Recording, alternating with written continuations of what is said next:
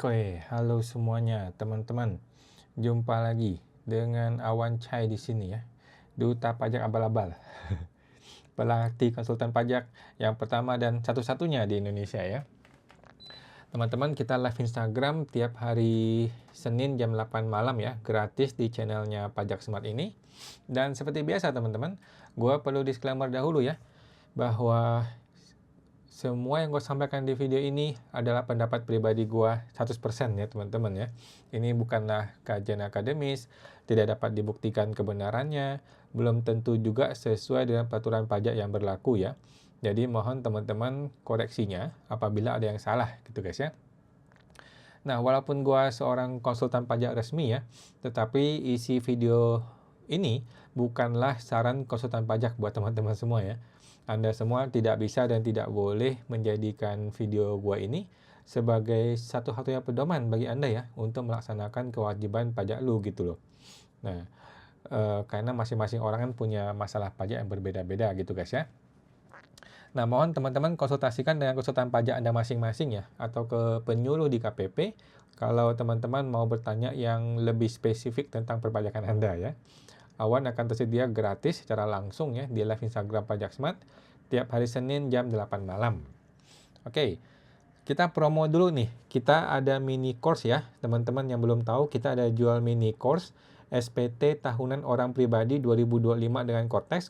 Teman-teman yang beli mini course ini nanti akan dapat free webinar ya, gratis webinar online di tanggal 7 Februari, hari Sabtu besok nih ya, jam 9 pagi. Segera teman-teman daftar di website sptorangpribadi.com ya, disambung semua ya, sptorangpribadi.com. Nanti di member area teman-teman akan dapat video pelatihan, tutorial step by step untuk SPT Orang Pribadi 2025 ini ya. Dan juga ada grup WA, komunitas Pajak Smart untuk kita diskusi pajak akunting ya. Dan yang paling penting ada free webinar ya di hari Sabtu besok tanggal 7 Februari buat teman-teman yang belum ikut webinarnya atau mau ikut lagi. Nah, bagi teman-teman yang sudah ikut webinar kemarin yang tanggal 24 Januari ya, yang sudah ikut sudah beli mini course-nya, teman-teman bisa langsung ada rekamannya di members area dan teman-teman juga sudah otomatis gratis untuk ikut webinar tanggal 7 Februari besok ya.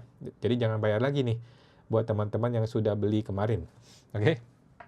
Silakan teman-teman bergabung di website sptorangpribadi.com ya untuk beli mini course kita untuk SPT Tahunan Orang Pribadi.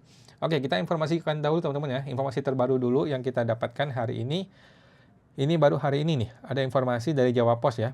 Pejabat OJK BEI mundur, Purbaya ungkap siapa saja yang bakal temui MSCI besok katanya. Oke, ada berita nih. Menteri Keuangan Purbaya akhirnya buka suara terkait sosok yang akan bertemu dengan Morgan Stanley Capital International MSCI menyusul mundurnya sejumlah petinggi OJK dan Bursa Efek Indonesia. Di tengah dinamika, agenda pertemuan dengan MSCI dipastikan tetap berjalan sesuai rencana ya, awal hari ini nih, hari Senin tanggal 2. Menurut Purbaya, pihak yang akan bertemu adalah pejabat sementara Direktur BEI Jeffrey Hendrick dan sekaligus penjabat sebagai Direktur Pengembangan BEI. Meskipun dia, Jeffrey sama timnya mereka ya, mestinya mereka, dari bursa kan mereka independen gitu. Lebih lanjut, Purbaya menegaskan pemerintah tidak akan ikut campur dalam pertemuan itu. Bahkan pemerintah sengaja memberi ruang bagi BEI untuk menyelesaikan masalahnya sendiri katanya. Nanti kalau saya masuk, Menteri Keuangan dibilang ikut campur katanya. Dia menyelesaikan masalah sesuai dengan prosedur yang ada di internal mereka. Pemerintah nggak ikut campur katanya. Kita pijat-pijat punggungnya saja biar kerja katanya. Namun rupanya tak hanya BEI saja yang bertemu dengan Morgan Stanley ya. Ada PJ Dirut BI mengungkapkan pada Senin mendatang ada juga perwakilan dari OJK ya. Ibu Friederika Widya Sari Dewi selaku ketua dan wakil ketua komisioner sementara ya. Luar biasa. Jadi seperti kita tahu teman-teman ya, bursa kita ambruk minggu lalu. Sampai hari ini masih ambruk kayaknya ya. Gara-gara kasus dari MSCI ini yang memberikan peringkat yang kita juga nggak ngerti tuh teman-teman ya. Tetapi menurut gua adalah Purbaya seharusnya tidak usah ngurusin MSCI ya, MSCI ini ya. Mestinya Purbaya ngeberesin diri sendiri aja. BEI maupun OJK mesti ngebenerin diri sendiri gitu loh, nggak perlu ngurusin MSCI gitu.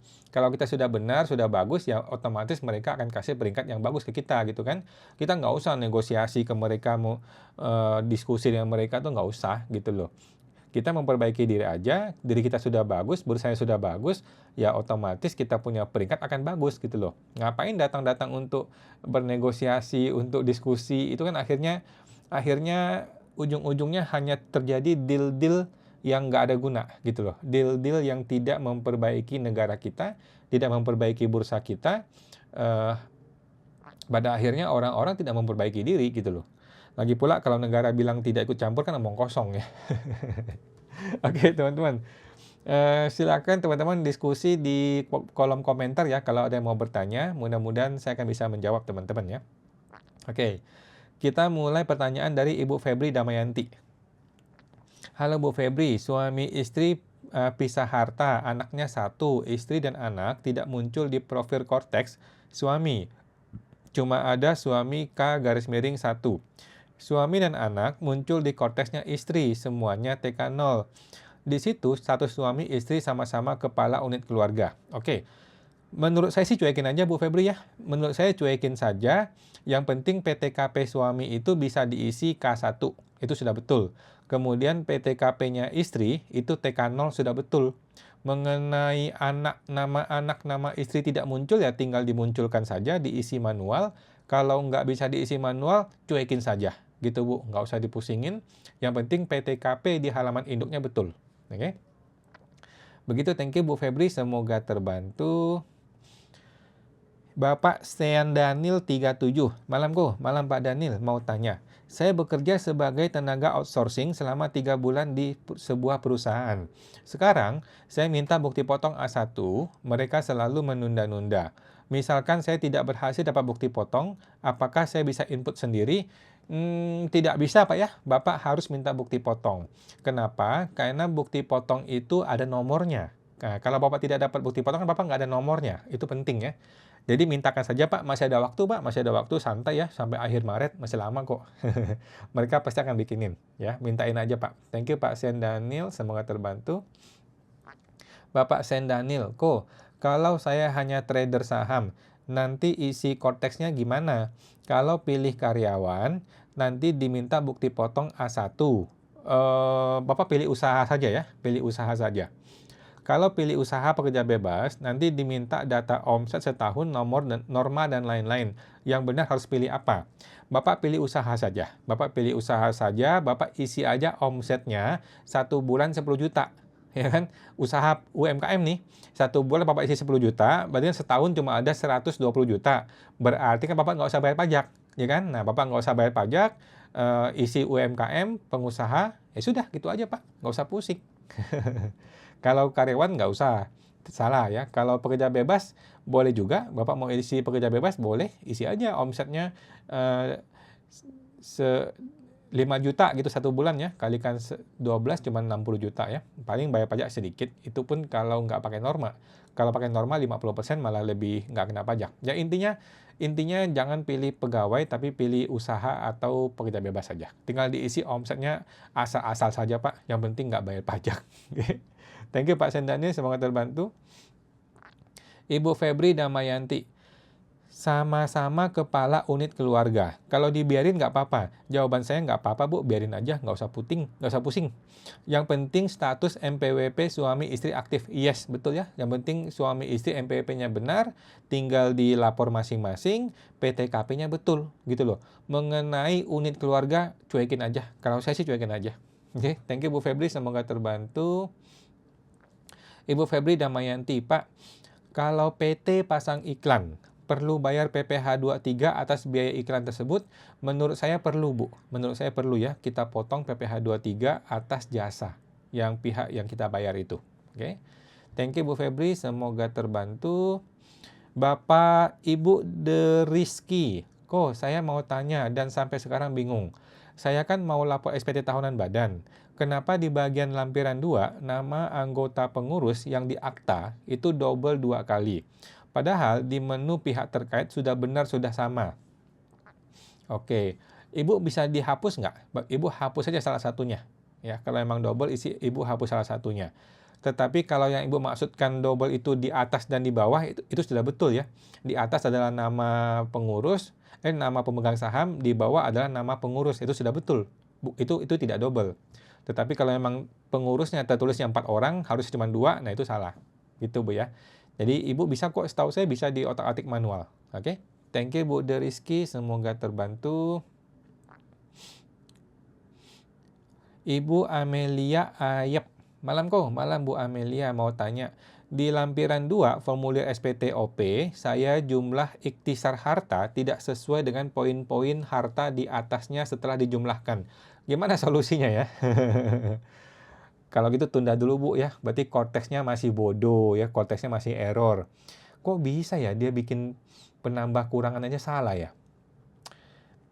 Tunda dulu Bu, tunda dulu ya. Memang korteksnya yang error. Saya rasa korteksnya error. Ditunda dulu deh.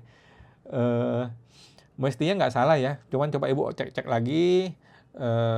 Saya rasa korteksnya yang error ya. Karena korteks itu kan menggunakan coding ya. Coding itu kan menggunakan kode. Mungkin kode Python atau kode apa gitu ya. Mungkin kode itu salah ngitung. Itu bisa terjadi ya. Itu hal yang wajar, bisa terjadi. Sementara Ibu screenshot dulu, disimpan dulu, tapi nggak usah lapor dulu. Mudah-mudahan beberapa hari ke depan bisa diperbaiki. Gitu Bu ya. Cuman gitu harapan kita ya. Thank you Bu Amelia, semoga terbantu. Ibu Erna Subianti. Malam Bu Erna. Mau tanya, saya punya saham untuk trading.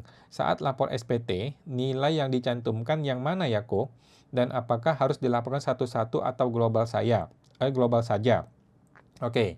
Jadi kan di SPT kan ada 2 nilai ya. Yang pertama nilai perolehan, yang kedua adalah nilai saat ini. Nah, nilai perolehan adalah nilai portofolio Ibu, harga belinya ya, atau average buy, harga beli rata-rata. Okay? Nilai saat ini adalah harga portofolio, harga market atau harga pasar pada tanggal 31 Desember 2025. Okay? Jadi harga per 31 Desember adalah harga market value, itu ditulis di kolom harga saat ini. Kemudian harga average buy atau harga beli rata-rata itu ditulis di bagian harga perolehan. Apakah mesti satu persatu? Menurut pajak harusnya satu persatu. Tetapi dalam prakteknya kalau saya sih mungkin per sekuritas saja ya, per sekuritas. Jadi kalau ada 3 sekuritas ya ada 3 baris gitu. Kalau Ibu mau benar, itu mesti satu persatu saham, kalau mau benar. Nah, thank you Bu Erna, semoga terbantu. Bapak Willy 18. Malam Pak Will mau tanya. Waktu isi SPT Cortex tahun ini, nggak bisa pakai norma. Karena katanya tidak bisa pakai norma lagi, baru daftar NPPN 2026 ini. Harus pembukuan ya Jelasin dikit dong Oke. Buat teman-teman yang tidak mencetak surat norma di 2025 yang menyebabkan tidak bisa mengisi pekerjaan bebas ya, sehingga mesti pembukuan ya, maka menurut saya Bapak tidak usah pembukuan ya. Jadi menurut saya tidak usah pakai pembukuan, tetapi yang benar adalah normanya itu menjadi 62,5%, menjadi lebih tinggi sedikit normanya. Nah, sekarang gimana kalau normanya itu nggak bisa di otak-atik ya? Solusi yang paling tepat adalah mengisi di bagian penghasilan dalam negeri lainnya. Di bagian penghasilan dalam negeri lainnya, di situ diisi bagian penghasilan senilai normanya Bapak. Saya rasa itu yang jalan terakhir. Oke. Jadi penghasilan dalam negeri lainnya diisi senilai normanya Bapak. Kalau 50% ya udah 50%. Kalau Bapak mau pakai 62,5 juga boleh pakai 62,5. Oke. Thank you Pak Willy, semoga terbantu. Bapak Siang 7.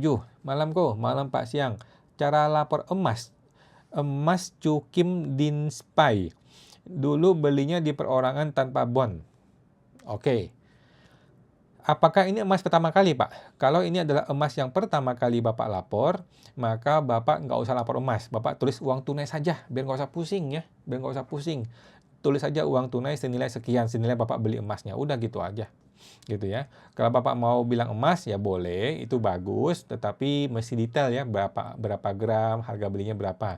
Kalaupun nggak ada bond nggak apa-apa gitu. Yang penting Bapak punya penjelasannya. Oke.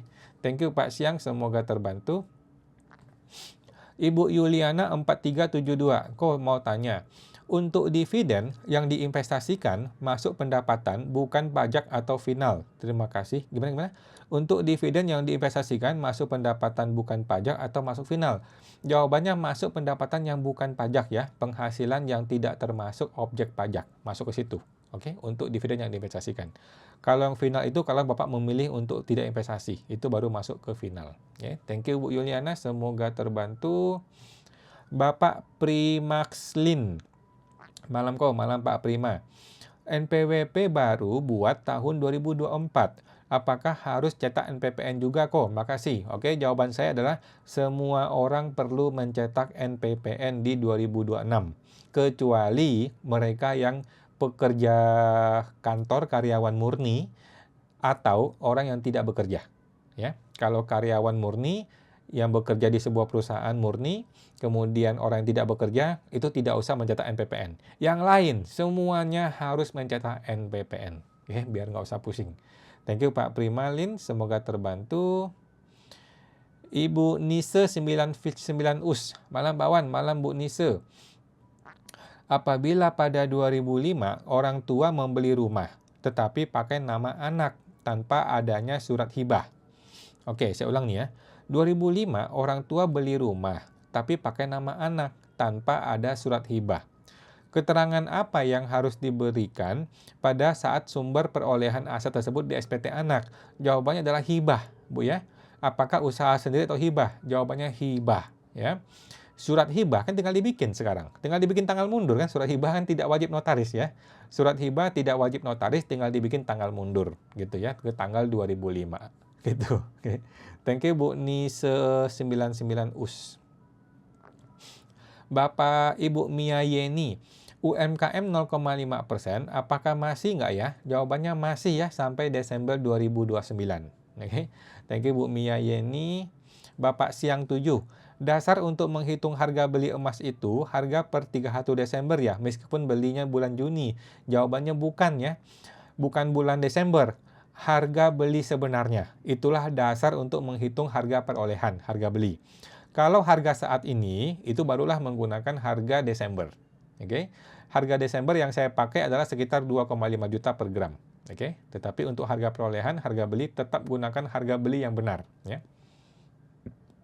Thank you Pak Siang, semoga terbantu.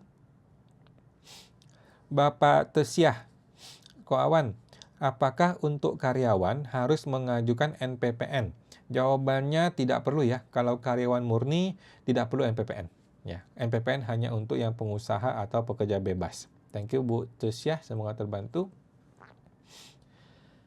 Bapak Nise 99 US. Bagaimana menentukan nilai sekarang dari tabungan atau deposito atau falas atau rekening luar negeri? Jawabannya tidak perlu ya. Untuk kode 01 yang namanya tabungan, uang tunai, deposito itu tidak ada kolom nilai sekarang. Nilai saat ini itu tidak ada. Nilai saat ini itu hanya ada di bagian kode 03 dan seterusnya. Oke. Apakah boleh nilai disamakan dengan nilai perolehan? Nah, berarti Bapak belum masuk ke formulir nih ya.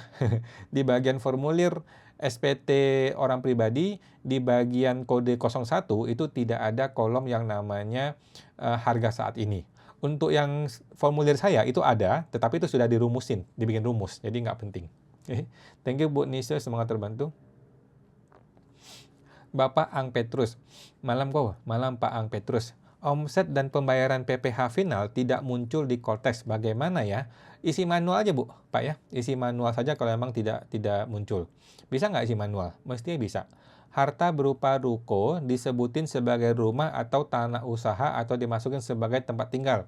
Kalau saya Pak ya, semua tanah bangunan saya tulis sebagai tanah dan atau bangunan untuk tempat tinggal. Semuanya. Saya nggak pilih-pilih. Mau dia disewain atau nggak disewain, mau dia dipakai usaha atau tidak usaha, saya nggak peduli. Semua saya tulis sebagai harta tanah dan atau bangunan untuk tempat tinggal. Gitu, kalau saya begitu. Karena pusing, bingung milih-milihinnya. Jadi saya campur ini semuanya. Thank you Pak Ang Petrus, semoga terbantu. Bapak Anda 280. Malam, mau tanya, jika pemegang saham ambil dividen perusahaan, pengisian di SPT sebagai apa dan di SPT perorangan diisi sebagai apa di SPT? Oke, jadi gini Pak, ada dua point of view ya, di bagian perusahaan dan di bagian orang pribadi. Di bagian perusahaan, dia tinggal menjurnal dong, tinggal menjurnal, ingat bikin RUPS ya, bikin RUPS, kemudian di jurnal ada pengeluaran dividen di debit, kemudian di kreditnya adalah bank. Oke?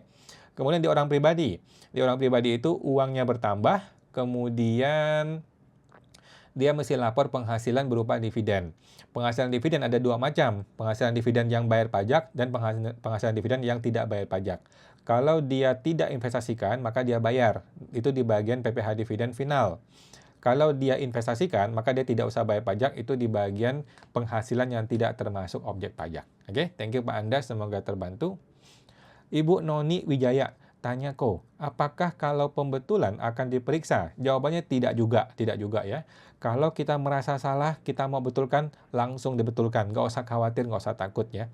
Pemeriksaan bisa terjadi, tetapi jarang terjadi gara-gara pembetulan. Jadi nggak masalah, langsung pembetulan aja kalau kita merasa ada yang perlu dibetulkan. Oke, thank you Pak Ibu Nina Wijaya, semoga terbantu. Bapak PT Joni, malam Pak Joni. Di Cortex, apakah sudah ada bukti potong? Jawabannya sudah ada, Bapak mesti klik yang namanya posting ya. Klik menu posting, itu adalah tombol ajaib untuk memunculkan semua bukti potong kita yang sudah ada di Cortex. Thank you Pak Joni, semoga terbantu. Bapak Mozart 07, malam Pak Mozart. Apakah zaman Cortex baru mulai daftar NPPN? Ataukah SPT tahun-tahun sebelumnya sudah harus lapor? Karena saya tidak pernah lapor NPPN. Jawabannya dari dulu Pak. Dari dulu sudah ada kewajiban lapor NPPN. Namun dalam prakteknya, orang nggak lapor-lapor, nggak bikin-bikin, dan tidak ditindak, nggak ada masalah gitu ya. Sekarang di Cortex kan dia menggunakan sistem otomatisasi. Kalau kita nggak ngajuin Cortex, sistem dia tuh bisa tahu.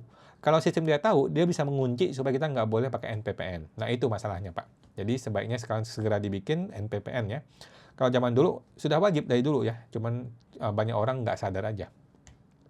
Oke, thank you Pak Mozart, semoga terbantu. Bapak Anda 280, mau tanya lagi. E-reporting, bagaimana Pak Anda terpotong? Kita lanjut dulu ya. Bapak Willianto Chen, tidak ada NPWP. 31 Oktober 2025 keluar SP2DK via WhatsApp. Waduh, ketahuan NPWP dibuatin Mei 2024. Perlakuan kewajiban 2025 gimana? Belum ada setoran. Oke, nggak usah pusing. Jadi intinya NPWP sudah ada ya. NPWP sudah ada. Kita akui saja Pak, nggak usah pusing ya. Kemudian Bapak mesti mengakui SPT 2025 nih, mesti lapor nih.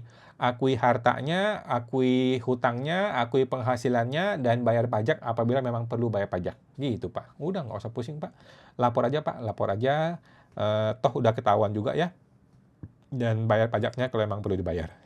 Thank you Pak Billy, semoga terbantu. Bapak Anda 280, untuk e-reporting investasi, apakah laporannya di Cortex juga? Jawabannya di Cortex ya, semuanya di Cortex. Ada menu yang namanya e-reporting investasi. Oke, thank you Pak Anda, semoga terbantu. Bapak Giorno Giovanowski, katanya PP55 belum keluar aturan resmi tertulisnya. Jawabannya sudah ada ya, namanya UUBP ya, UUBP pasal 1 ayat 1. Jadi nggak usah pusing Pak, sudah ada aturan pengganti PP55 yang namanya UUBP nomor 1 tahun 2025. Thank you Pak Giono. Bapak Wilianto, 2025 kemarin tetap pakai 0,5% UMKM. 2026 tetap UMKM 0,5% atau perlu NPPN. Jawabannya dua-duanya ya. Jadi 2026 Bapak tetap menggunakan 0,5% sampai 2029 dan Bapak juga perlu menggunakan NPPN. Perlu mencetak surat NPPN ya. Dua-duanya bisa dijalankan sekaligus. Oke. Thank you Pak Willy, semoga terbantu. Ibu Irawati TJ, malam Bu Irawati. Premi asuransi mulai bayar Juni 2024. Tetapi belum lapor di SPT 2024. Apakah boleh langsung lapor di 2025? Boleh Bu, hajar aja Bu, tembak aja 2025. Kan nilainya nggak besar lah kalau asuransi ya. Atau haruskah pembetulan 2024? Saya rasa nggak usah Bu, karena mungkin nilainya nggak gede lah ya. Nilai premi 2 juta untuk 3 orang per bulan, nggak perlu lah. Langsung 2025 Bu, tembak aja. Nilainya kecil kok. Oke. Thank you Bu Ira, semoga terbantu. Bapak Nise 99 US. Apakah bukti potong bunga tabungan atau deposito itu harus dimasukkan satu persatu untuk setiap bulan penghasilan bunga? Jawabannya iya Bu, satu persatu. Oke, tetapi jangan khawatir, bukti potong itu otomatis muncul seharusnya ya. Ketika kita klik tombol posting. Apakah boleh dilapor total bunga per tahun per bank? Saya rasa tidak ya, mesti dilapor per satu bukti potong. Kalau di bagian penghasilannya itu mungkin boleh dilapor agak sekalian ya, sekaligus gitu. Tetapi untuk bukti potong, kita butuh nomor bukti potong, jadi satu persatu. Namun coba aja diklik tombol posting, itu seharusnya bisa otomatis muncul semua. Oke, thank you Pak Nise, semoga terbantu. Bapak Chief Senlin, malam kau. Dapat hadiah Gebiar BCA 50.000 dengan PPH terhutang 12.500 dengan kode 2840501. Oke Bu, nggak usah pusing ya. Jadi intinya bukti potong itu kita akui. Oke, satu dulu nih ya, bukti potong kita akui.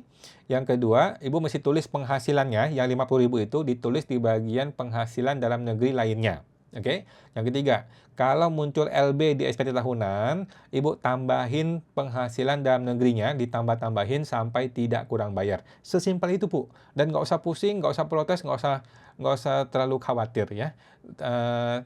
Kita bikin SPT tidak LB, sehingga menjadi kurang bayar dikit kita bayar lah, gitu ya. Nah, oke. Thank you Pak Chief Sen, semoga terbantu.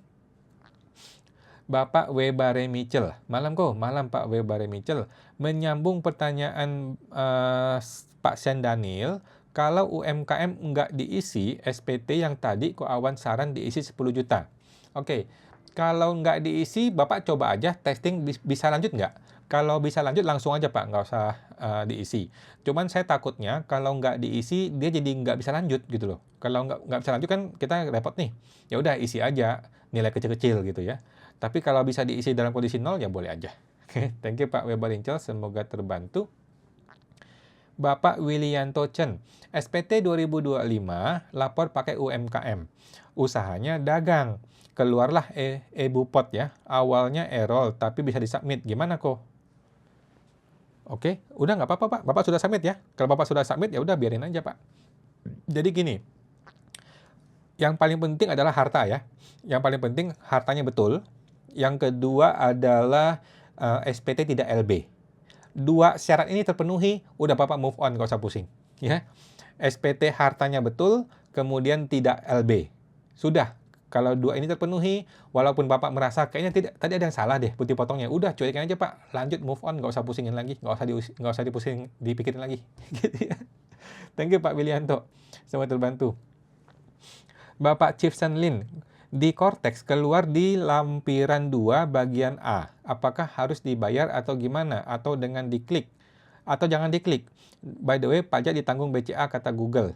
Oh, yang tadi itu mengenai bukti potong ya? Tadi itu ya. Jadi bukti potong itu diakui, kemudian penghasilannya juga ditulis, karena penghasilan tidak muncul ya. Penghasilan harus ditulis manual, kemudian SPT harus tidak LB. Kalau di LB, maka Bapak mesti tambahkan penghasilan lainnya supaya tidak LB. Oke, simple Pak. Thank you Pak Chipsen, semoga terbantu. Ibu Rience 88, malam kawan, malam Bu Rience. Saya mau tanya, kalau misalnya perusahaan memberikan tiket cuti kepada karyawan, apakah ini objek PPh pasal 21? Jawabannya iya ya. Semua yang diberikan kepada karyawan, bentuknya apapun, itu terhutang PPh 21. Tiket cuti ya? Iya. Ya, pokoknya kalau ada uang keluar dari perusahaan untuk kepentingan si pegawai, ya itu PPh 21 lah. Oke, thank you Pak Bu Rience 88, semoga terbantu. Bapak Weber Mitchell, maksudnya diisi nol, masalahkah? Thank you kok. Nggak masalah Pak, boleh diisi nol. Yang saya khawatir, Bapak nggak bisa lanjut, gitu loh. Takutnya sistemnya itu mencegah kita untuk lanjut kalau kita isi nol. Nah, kalau sistemnya merah, tidak bisa dilanjutin, maka kita terpaksa isi dong. Ya udah isi aja, angka kecil gitu. Oke. Tapi kalau memang dia bisa lanjut dengan angka nol, ya lanjutin aja Pak, nggak usah pusing. Thank you Pak Weber Mitchell, semoga terbantu. Bapak PT Joni, kau mau tanya, apakah SPT di Cortex itu bisa di-print buat file? Setahu saya nggak bisa, Pak. Jadi Bapak mesti screenshot ya. Bapak mesti screenshot, jadi disimpan di internet berupa screenshot. Setahu saya begitu. Oke.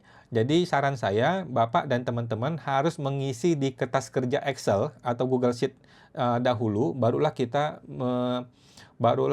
menginput ke Cortex setelah kita sudah yakin di Google Sheet-nya. Jadi Google Sheet-nya pastikan benar dulu, baru kita lanjut input ke Cortex-nya. Oke. Thank you Pak Joni. Teman-teman tinggal bergabung ya ke mini course kita ya, ke website sptorangpribadi.com, disambung semua untuk teman-teman yang mau dapat kertas kerjanya ya. Ibu Henigun, kok mau tanya, biaya perpanjangan HGB apakah disusutkan ya? Saya rasa enggak ya.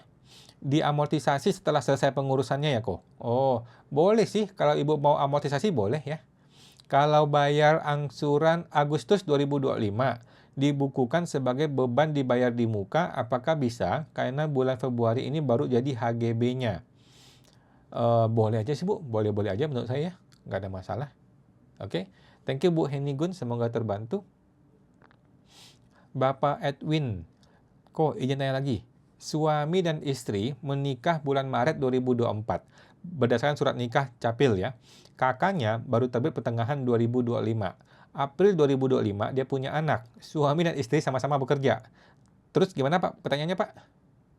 Pertanyaannya adalah pada pelaporan SPT 2025 statusnya apa? Oke, jadi gini.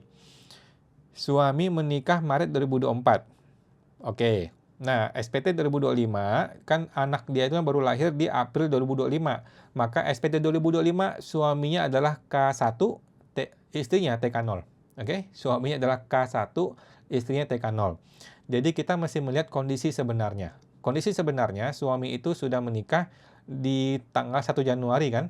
Jadi kita mesti lihat kondisi Januari ya. Lihatlah kondisi tanggal 1 Januari 2025. Kalau memang kondisi dia sudah menikah berarti kawin, tapi anaknya belum lahir kan? Nah, anak belum lahir maka dia menjadi K0 ya, K0, bukan K1 ya. Nah, jadi PTKP itu dilihat di kondisi tanggal 1 Januari, bukan kondisi tanggal akhir Desember. Thank you Pak Edwin, semoga terbantu. Bapak PT Joni, ataukah minta print di KPP terdekat? Tadi apa ya Pak Joni ya? Tadi mengenai apa Pak Joni? Terpotong. Oh, SPT konteks ya. Nggak bisa print, Pak. Bapak mesti screenshot ya. Bapak mesti screenshot. Kalau minta ke kantor pajak, mungkin boleh kalau mau dicoba, Pak ya. Kalau Bapak memang sudah kehilangan datanya, sudah terlanjur lapor gitu ya. Tapi orang-orang bilang masih bisa sih. Walaupun sudah dilapor, tetap bisa kita keluarkan datanya hanya untuk dilihat gitu loh. Nggak bisa di print. Jadi kita boleh screenshot dong. Ya kan? Gitu. Oke. Thank you Pak Joni. Semoga terbantu. Ibu Katarina Gunawan. Kalau warisan baru balik nama dan baru pertama kali dilapor, apakah tahun perolehan diisi tahun beli aset warisan atau tahun mendapat warisan? Oke, saya ulang ya. Warisan baru balik nama dan baru pertama kali dilapor, apakah tahun perolehan diisi tahun beli aset atau tahun dapat warisan? Yang benar menurut saya adalah tahun dapat warisan. Jadi kalau itu barang dibeli mungkin 20 tahun yang lalu gitu ya. Kan kita baru dapat sekarang nih. Kita baru dapat di 2025 ya. Nah, maka ini adalah tahun perolehannya 2025. Kalau menurut saya begitu. Karena bagi kita nih penerima waris itu didapatin tahun 2025. Oke. Thank you Bu Katarina, semoga terbantu. Ibu Ati, kok mau tanya, kalau gaji komisaris ini kode atau jenis pajaknya masuk ke mana ya? Pegawai tidak tetap atau apa? Makasih kok. Komisaris masukin ke pegawai tetap aja Bu.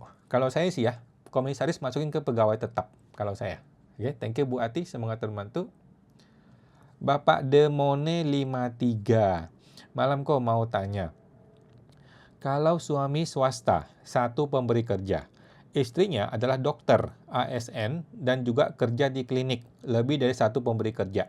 Sarannya lebih kecil mana antara digabung atau MT? Itu nggak ada bedanya Pak, Bu ya. Jadi kalau si istri tidak satu pemberi kerja, kalau istri itu punya lebih dari satu pemberi kerja, maka sama aja. Mau PH, mau MT, mau digabung, sama aja. Jadi bebas aja, dia mau yang mana. Ya kalau emang dia mau yang gampang, sederhana, ya udah istri hapus aja, gabung ke suami semua gitu ya. Tetapi sama aja, dari sisi pajak itu sama, karena nanti toh pada akhirnya akan digabung juga anyway. Oke. Thank you Pak Demone 53, semoga terbantu. Ibu Panjiwa, apakah bisa diposting sebagai gaji sehingga mengurangi neto? Tadi apa ya Pak ya? Kalau bisa sebagai gaji, apakah harus bayar PPh 21? Saya lupa tadi mengenai apa Pak. Intinya semua pembayaran kepada karyawan itu boleh jadi gaji dan akan kena PPh 21 ya. Jangan lupa PPh 21-nya wajib. Thank you Pak Panji, semoga terbantu. Bapak Komang Mulia, kredit pajaknya haruskah dikreditkan atau enggak kok? Nah, terpotong nih Pak. Tadi mengenai apa Pak Komang ya? Jadi intinya teman-teman, kredit pajak kalau muncul di Kortex maka itu harus dikreditkan. Seharusnya nggak wajib ya, kan semestinya kan tidak wajib tuh, yang namanya kredit pajak kan boleh kita pilih untuk tidak dikreditkan kan. Namun yang saya dengar, orang-orang yang masuk ke SPT orang pribadi itu, bukti potong tuh nggak bisa dihapus. Nah, kalau bukti potong tidak bisa dihapus, maka terpaksa kita harus mengkreditkan. Gitu Pak. Coba Bapak cek ya di sistem Bapak, bisa nggak dihapus? Kalau bisa ya bagus, kalau nggak bisa maka kita wajib mengkreditkan. Nah, dan juga wajib mengisi penghasilannya ya, jangan lupa. Thank you Pak Komang Mulia, semoga terbantu. Bapak Edwin Murtejo, malam kok, malam Pak Edwin. Suami membeli mobil second untuk istri dan dibalik nama ke nama istri. MPP-nya dipisah. Pembayarannya full cash via transfer dari rekening suami kepada si punya mobil. Bagaimana lapor harta dalam SPT? Oke, gampang Pak ya. Jadi yang pertama, bikin surat hibah. Bikin surat hibah. Nggak usah. Sorry, nggak usah hibah. Suami istri nggak ada hibah ya, sorry. Jadi, dari suami, itu kan uang berkurang, ya kan? Dari suami, uangnya berkurang. Udah, gitu aja. Di bagian istri, itu kan muncul mobil ya. Muncul mobil, kemudian di istri itu dia mesti lapor yang namanya penghasilan yang tidak termasuk objek pajak, strip lainnya. Ya, penghasilan yang tidak termasuk objek pajak lainnya, dia mesti isikan di situ nilai mobil tersebut. Jadi dia dapat uang dari suami masuk ke kategori penghasilan yang tidak termasuk objek pajak. Oke. Thank you Pak Edwin, semoga terbantu. Bapak Purnawan Iswan, malam kawan, malam Pak Purnawan.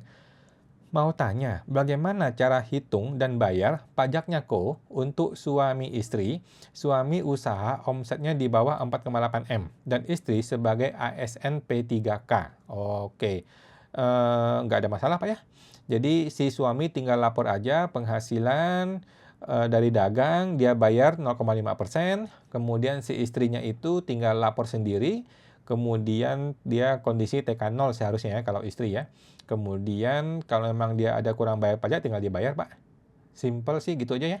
Nah, pilih aja PMT atau PH, tergantung masing-masing ya. Boleh PH atau MT kalau si istri memang punya MPP sendiri. Oke. Thank you Pak Purnawan, semoga terbantu. Bapak Jonox Jojo, WP orang pribadi sebagai karyawan dan UMKM. Pilih karyawan atau pekerja bebas atau pilih dua-duanya. Oke, pilih, tunggu ya, WPOP karyawan dan UMKM. Pilih karyawan atau pekerja bebas atau pilih dua-duanya. Pilih dua-duanya Pak. Jadi si karyawan dicentang, pekerjaan dicentang, kemudian usaha juga dicentang. Ya, karyawan dicentang, usaha dicentang. Begitu Pak, dicentang dua-duanya. Oke, thank you Pak Jonok, semoga terbantu. Ibu Gabriela Stefani, mau tanya, bagaimana saat kita sebagai karyawan dan punya usaha UMKM, dan saat bikin SPT pribadi terdapat lebih bayar? Jika menggunakan NPPN, error bagaimana ya? Gampang Bu, Ibu tinggal masuk ke kategori yang namanya penghasilan dalam negeri lainnya. Jadi nggak usah pilih NPPN, nggak usah pilih pekerja bebas ya. Ibu pilih langsung menuju ke penghasilan dalam negeri lainnya. Terus yang paling bawah yang namanya lainnya. Udah gitu aja. Isi di situ Bu, supaya tidak LB. Oke. Thank you Bu Gabriela, semoga terbantu. Bapak Purnawan Iswan, malam kawan. Bagaimana pajak UMKM kok? Apakah sudah jelas diperpanjang kok? Jawabannya sudah jelas ya. Sejak bulan September sudah jelas ya sampai Desember 2029 ya. Itu diperpanjang oleh UUBP ya. Undang-Undang Bacot Purbaya pasal 1 ayat 1. Thank you Pak Purnawan, semoga terbantu. Bapak Sandi Cho, lapor saham di SPT, apakah harus dirinci atau bisa pakai nama sekuritas saja? Kalau saya sih Pak ya, isi sekuritas saja. Kalau saya isi sekuritas total nilai sahamnya. Tetapi yang benar ya, yang benar itu memang harus per saham Pak, satu persatu Pak. Gitu ya. Thank you Pak Sandi, semoga terbantu. Ibu Yuliana 4372. Malam Bu Yuliana. Kalau tidak kerja lagi, apakah harus isi jadi UMKM? Padahal tidak ada usaha, hanya ada penghasilan final. Terima kasih. Nggak usah sih Bu, ya. Jadi nggak usah isi UMKM kalau emang sudah tidak bekerja. Namun yang saya khawatir kalau lampiran itu nggak diisi, nanti nggak bisa lanjut. Nah itu yang gue takutkan gitu. Seandainya ibu bisa lanjut ya udah lanjut ya, langsung lapor. Tetapi kalau nggak bisa lanjut ya udah terpaksa isi kecil-kecil aja, isi aja 10 juta nih omsetnya gitu. Thank you Bu Yuliana, semoga terbantu. Bapak Sian 1304. Kalau UMKM 0,5% harus mengajukan NPPN. Jawabannya harus Pak ya. Bapak Sian 1304 wajib mengajukan NPPN. Baik kita UMKM maupun bukan UMKM. Semuanya wajib cetak NPPN. Kecuali pegawai murni di sebuah perusahaan itu nggak usah. Oke, thank you Pak Sian, semoga terbantu. Bapak Serba Suka 123. Ada bukti potong PPh 21, 22, 23. Gimana lapornya supaya tidak terjadi lebih bayar? Gampang ya. Jadi bukti potong, yang pertama ya, bukti potong biarkan di situ. Oke, bukti potong dibiarkan, nggak usah dibuang, nggak usah diapa-apain, biarkan. Yang kedua, semua bukti potong itu ada unsur penghasilan, ya kan? Penghasilannya, brutonya harus dilapor, ya. Dilapor di bagian pekerjaan bebas boleh, pakai norma, atau dilapor di bagian penghasilan dalam negeri lainnya. Itu nggak usah pakai norma, itu boleh. Intinya harus tulis, oke? Yang ketiga, cek apakah masih LB. Kalau masih LB, tambahkan lagi penghasilan dalam negeri lainnya. Tambahkan lagi, ya, sampai tidak LB. Sampai nihil atau muncul kurang bayar sedikit, kemudian kita bayar lapor. Beres, gitu Pak. Thank you Pak Serba Suka, semoga terbantu. Ibu Meli 1234. Malam Bu Meli. Apakah PPh final 0,5% diperpanjang? Jawabannya iya, diperpanjang sampai Desember 2029. Apakah 2026 sebelum 500 juta masih tidak kena pajak? Jawabannya masih. Ya, buat teman-teman semua, masih ada diskon 500 juta tidak kena pajak ya, masih ada. Oke, thank you Bu Meli, semoga terbantu. Ibu Meli, apakah cetak NPPN wajib? Jawabannya wajib ya. Semua orang wajib cetak NPPN kecuali karyawan swasta yang murni. Oke, thank you Bu Meli, semoga terbantu. Ibu Desir, masih minim literasi terkait aspek pajak untuk yayasan dan dapur-dapur di bawah yayasan. Mohon penjelasan singkatnya makasih. Oke. Jadi yayasan itu ada dua macam ya, yayasan yang non-profit sama yayasan yang profit. Kalau yayasan itu non-profit, maka dia hitung seperti biasa akuntingnya, tetapi ujungnya itu tidak kena pajak. Oke? Karena yayasan non-profit. Kalau yayasan itu profit, maka dia hitung seperti biasa juga, tetapi ujungnya laba bersihnya itu kena pajak seperti biasa, kena PPh badan, ya, PPh badan yang 22%. Oke, setahu saya seperti itu. Oke, thank you Pak Desir, semoga terbantu. Ibu Zindri 074, Awan. Apakah kalau PPh final UMKM itu SPT-nya tidak bisa LB ya? Jawabannya bisa LB, ya, boleh aja. Ataukah kalau ada bukti potong, misalnya cashback bisa menyebabkan lebih bayar ya? Jawabannya bisa ya. Jadi SPT itu bisa LB dan boleh LB. Nah, namun saya biasanya tidak bikin SPT LB. Jadi SPT LB biasanya saya paksakan supaya tidak LB. Caranya gimana? Caranya adalah menambahkan penghasilan dalam negeri lainnya. Nah, tambahkan di situ supaya tidak LB. Ya, munculkan sampai kurang bayar. Oke, thank you Bu Cindri, semoga terbantu.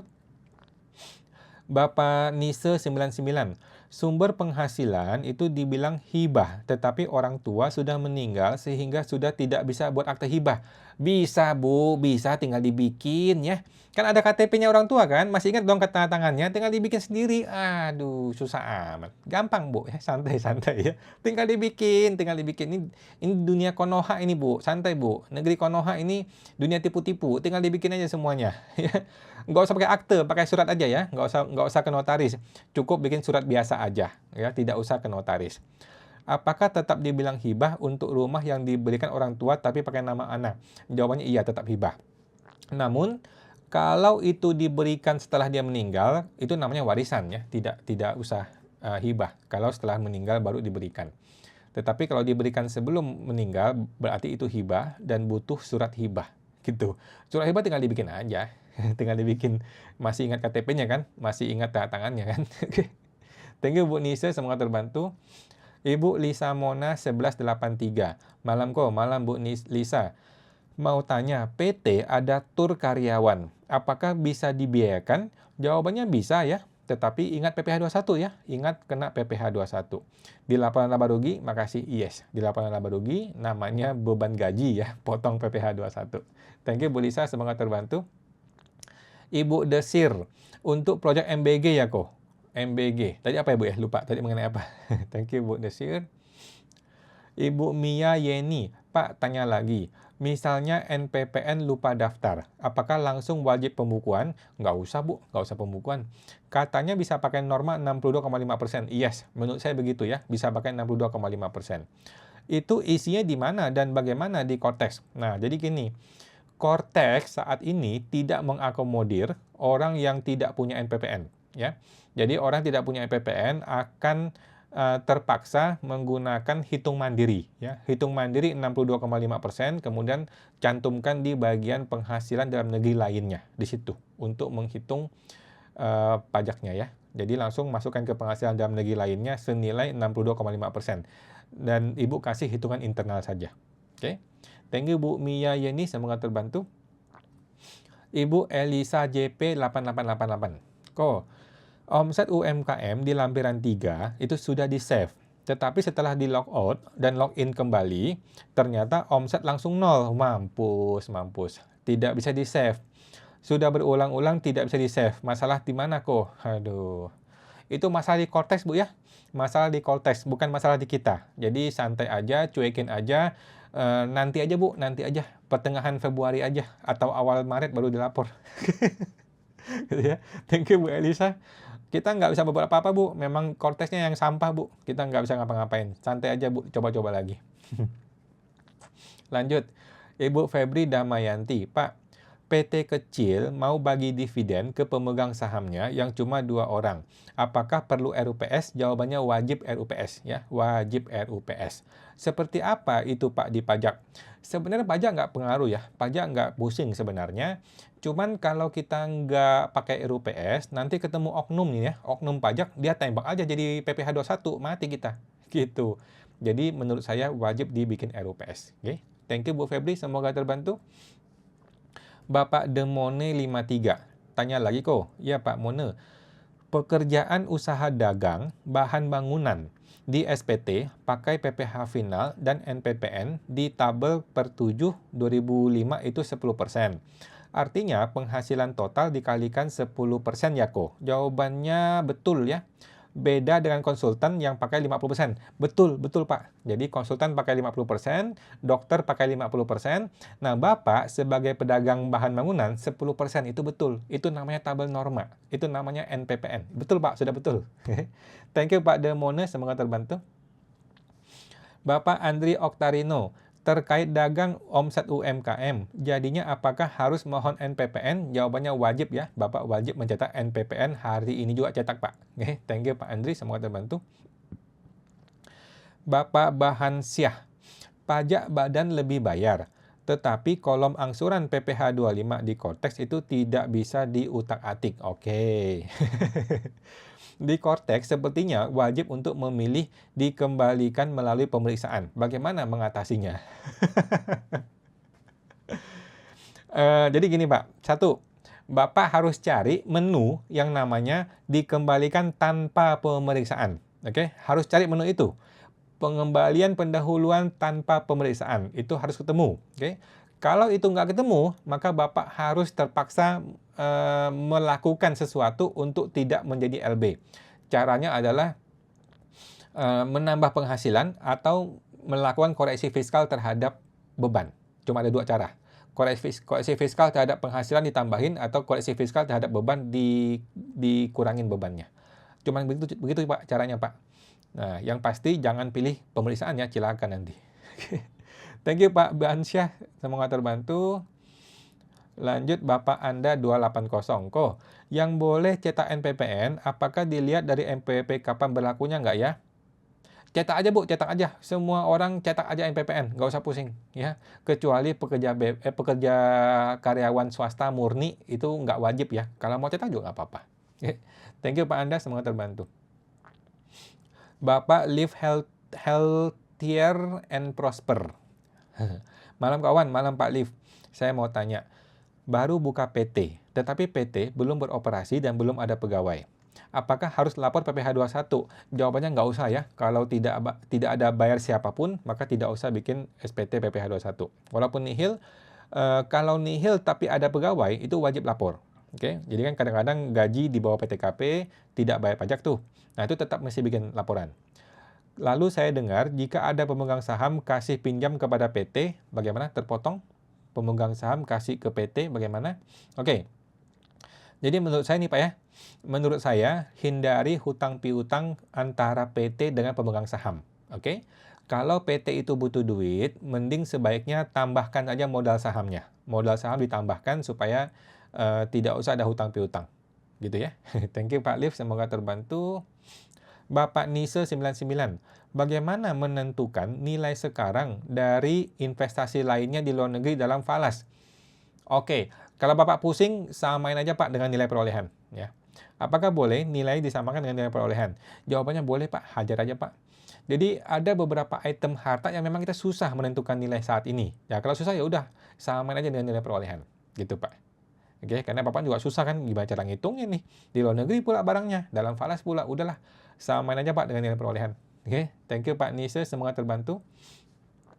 Ibu Heni Gun, bunga bank dan deposito itu tidak muncul walaupun sudah diposting. Oke, saya tanya di KPP, mereka bilang langsung input total per bank karena kalau mau input satu-satu banyak. Ya oke Pak, boleh Bu, hajar aja Bu. Kalau emang bisa begitu ya, hajar aja. Thank you Bu Heni Gun, semoga terbantu. Bapak Live Health and Prosper, normalnya berapa persen bunganya? Oh, kalau Bapak mau kenakan bunga, normalnya ya bunga BI lah, bunga BI sekitar 12% per tahun. Apakah jika tidak ada bunga nanti masalah? Jawabannya iya. Kalau tidak ada bunga nanti takutnya jadi masalah. Ya, makasih kok. Iya Bu, ya Pak, gitu ya. Jadi sebaiknya tidak usah ada hutang piutang antara perusahaan dengan pemegang saham. Tetapi kalau memang mau ada hutang, memang perlu bunga ya. Dan gunakanlah bunga wajar di bunga BI. Kalau nggak salah sekitar 12% per tahun. Ya, thank you Pak Liv, semua terbantu. Lanjut, Bapak Anda 280 kok. Pemegang saham itu ambil dividen dan diinvestasikan untuk beli obligasi di SPT dicatat sebagai apa? Oke, di SPT pribadi nih ya, di SPT pribadi di bagian harta dia catat sebagai harta ya. Mungkin dia bentuknya obligasi, ya udah catat sebagai obligasi di bagian harta. Kemudian di bagian penghasilan yang tidak termasuk objek pajak, nah di situ tuliskan ya, ada penghasilan berupa dividen. Dan ingat ya, harus dilapor di e-reporting dividen selama 3 kali berturut-turut ya, 3 tahun. Oke, thank you Pak Anda, semoga terbantu. Bapak Fedi Chan, malam kok, malam Pak Fedi, izin tanya. Berarti 2026 sampai dengan 2029 kita jalankan UMKM tanpa suket ya kok? Jawabannya betul, jalankan terus sampai 2029. Karena di Konteks tidak bisa lagi cetak suket. Yes, betul Pak. Begitu Pak. Apa boleh buat. Thank you Pak Fedi, semoga terbantu. Bapak Chief Senlin, soal gebiar BCA, lihat di LB-nya di mana kok? Lihat di halaman induk Bu. Lihat di halaman induk apakah terjadi LB atau tidak. Kalau nggak ada LB berarti bagus, tetapi kalau ada LB maka Ibu mesti bikin SPT supaya tidak LB. Oke, thank you Pak Chief Sen, semoga terbantu. Bapak Ridwan T. Malam kawan, malam Pak Ridwan. Asuransi kesehatan yang hangus di akhir tahun jika tidak terpakai, apakah harus dimasukkan dalam harta? Jawabannya masukin aja Pak, karena pusing sekarang ya. Karena asuransi kan terlalu banyak tipe dan macam dan aneh-aneh. Jadi supaya kita nggak usah pusing, semua asuransi, apapun jenisnya, kita laporkan saja. Dan kita laporkan senilai preminya saja. Oke? Padahal kan barangnya nggak ada dan kalau dimasukkan akan terjadi akumulasi tahun-tahun. Oke, menurut saya nih Pak ya, menurut saya Bapak cukup laporkan nilai premi 2025 saja. Ya, nggak usah laporkan sampai mundur-mundur terlalu jauh. Ya, cukup laporkan nilai premi 2025 saja. Nah, untuk asuransi yang sudah Bapak terlanjur laporkan di 2024 sebagai mungkin nilai unit link gitu ya, maka harga itu ditambahkan dengan premi 2025. Nah, inilah yang dilaporkan di SPT 2025. Oke, thank you Pak Ridwan, semoga terbantu. Bapak Triskalianamita, Ibu ya, kenapa WPOP UMKM itu perlu mencatat NPPN? Jawabannya adalah karena aturannya ngomong begitu. Kita patuh pada hukum. Bukannya UMKM pakai PPh final? Jawabannya betul. Sumber penghasilannya hanya dari usaha UMKM? Jawabannya betul. Ya, jadi sebenarnya ada filosofi sebenarnya ya, tetapi susah kita ngomong filosofi. Jadi intinya aturannya ngomong begitu. Kalau aturannya ngomong begitu, kita ikuti. Oke, kita patuh pada hukum. Jadi aturannya mengatakan wajib cetak NPPN. Ya udah kita ikuti aja. Walaupun itu nggak kepake, walaupun itu nggak ada guna, nggak apa-apa. Kita ikuti saja. Yang penting kita nggak rugi kan? Kan kita nggak ada rugi apa-apa gitu. Ya, cetak aja Bu. Thank you Bu Triskalianamita. Thank you, semoga terbantu. Ibu Meli Halim. Malam kawan, malam Bu Meli. Mau tanya, anak sudah PR di Singapura kerja dan ada penghasilan di Indo dari asuransi. Anaknya ada NPWP. Bagaimana pelaporan SPT? Apakah penghasilan di Singapura perlu bayar pajak lagi? Jawabannya perlu dihitung Pak Ibu ya. Jadi penghasilan dia di Singapura perlu dihitung di SPT di Indonesia, kemudian bukti potong di Singapura bisa dikurangkan sebagai kredit pajak di Indonesia. Oke? Kemudian, dia boleh mengajukan surat SPLN namanya. Nah, surat SPLN, subjek pajak luar negeri, kalau disetujui, maka penghasilan yang di Singapura menjadi tidak dihitung lagi pajaknya di Indonesia. Gitu. Tetapi kalau dia belum ada surat SPLN, maka dia tetap harus menghitung pajak itu digabung ke Indonesia. Begitu teknisnya. Thank you Bu Meli, semoga terbantu. Bapak Ridwan T. Malam kawan, malam Pak Ridwan. Dalam daftar harta sejak 2007 itu tertulis perhiasan 50 juta campur-campur. Bagaimana cara menentukan nilai saat ini? Oke, kalau saya Pak ya, kalau saya barang-barang yang tidak jelas seperti ini, saya akan samakan dengan harga perolehan. Jadi harga beli 50 juta, harga perolehan pun harga saat ini juga saya tulis 50 juta. Kalau saya ya. Kenapa begitu? Karena kan campur-campur nggak jelas. Nah, beda dengan emas batangan. Kalau emas batangan itu boleh ada nilainya jelas ya. Tahun 2025 Desember sekitar 2,5 juta per gram. Gitu Bu, Pak. Kalau campur-campur nggak usah, samain aja dah. Thank you Pak Ridwan, semoga terbantu. Bapak Mei 2107, tanya ya Pak Mei, sumber penghasilan sudah saya pilih semua, dan pertanyaan pelaporan penyusutan terjawab ya oleh sistem mau input L3C, masukkan penyusutan 0, karena sudah habis nilai buku, tidak bisa kalau diinput 1 baru bisa solusi. Oh ya, nggak apa-apa Pak, isi 1 aja, isi 1 aja, nggak bisa isi 0 ya udah, isi 1 aja. Coba dicek bisa pengaruh kemana-mana nggak? Mestinya sih nggak pengaruh kemana-mana juga sih. Isi Rp1 aja. Oke, thank you Pak Mei. Semoga terbantu. Bapak Panjiwa. Halo kawan. Halo Pak Panji. Misalnya UMKM orang pribadi memilih untuk pembukuan dengan tarif normal dihitung dari neto. Uang yang ditarik pemilik usaha untuk kebutuhan pribadi diposting sebagai apa ya Diposting sebagai prefer ya, sebagai prefer kalau ditarik untuk keperluan pribadi ya. Dan itu tidak mempengaruhi laba rugi ya, gitu. Jadi itu hanya akun-akun di neraca. Boleh kalau dia mau ya posting sebagai prefer. Prefer itu adalah akun di kelompoknya modal. Oke. Thank you Pak Panjiwa, semoga terbantu. Bapak PT Joni, tanya, NPPN yang diajukan apakah wajib di-print? Nggak usah Pak, disimpan aja di komputer ya. Simpan komputer aja, tidak usah di-print. Okay. Thank you Pak PT Joni, semoga terbantu. Bapak Panjiwa, apakah bisa diposting sebagai gaji? Tidak ada ya, UMKM itu tidak ada gaji. Sehingga mengurangi neto tidak bisa. Kalau bisa sebagai gaji, apakah harus bayar PPh gaji PPh 21? Jawabannya iya, perlu dibayar PPh 21 ya. Tetapi caranya salah jadinya. Jadi UMKM yang pembukuan itu sama seperti CV. ya. Dia menjadi prefer. Jadi mesti dihitung dulu pajaknya berapa, dapat laba ditahan, barulah laba ditahan itu mengambil prefer. Kira-kira begitu, Pak. Nah, thank you Pak Panji, semoga terbantu. Ibu Febri Damayanti, Pak, saya cuma tahu nominal bukti potong bunga tabungannya. Saya isi berapa ya penghasilan dari bunga tabungannya? Oke, ya kira-kira aja Bu, kira-kira aja ya. Kalau emang dia tabungan kan 20% tuh. Kalau bunga tabungan biasa kan 20%. Berarti kan kalau bunganya 1 juta gitu ya, ya tinggal brutonya ya tinggal dikalikan 5 aja gitu ya. Kalau dia bunga obligasi kan 10%, berarti brutonya yang benar tinggal dikalikan, bunganya sudah muncul di situ Bu. Kan Ibu mau bunganya ya, mau bruto bunganya ya, bruto bunga itu sudah muncul di bukti potong, sorry.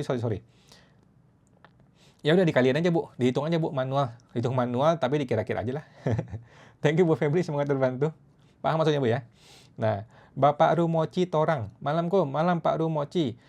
Kalau rekening koran masih nyampur-nyampur, mutasinya banyak. Apakah kita akui yang saldo akhir tahun aja? Terima kasih. Kalau rekening koran masih nyampur-nyampur, mutasinya banyak. Apakah kita akui yang saldo akhir tahun saja? Oke, jadi gini Pak. Di bagian harta, Bapak hanya tulis saldo akhirnya saja. Ya, di bagian harta hanya mengisi saldo akhir. Oke, mutasi nggak usah pusing. Oke, di bagian penghasilan, Bapak mesti isi penghasilannya. Dan penghasilan tidak selalu sama dengan mutasi ya, tidak harus sama dengan mutasi dan tidak harus beda dengan mutasi. Jadi penghasilan ya adalah omset.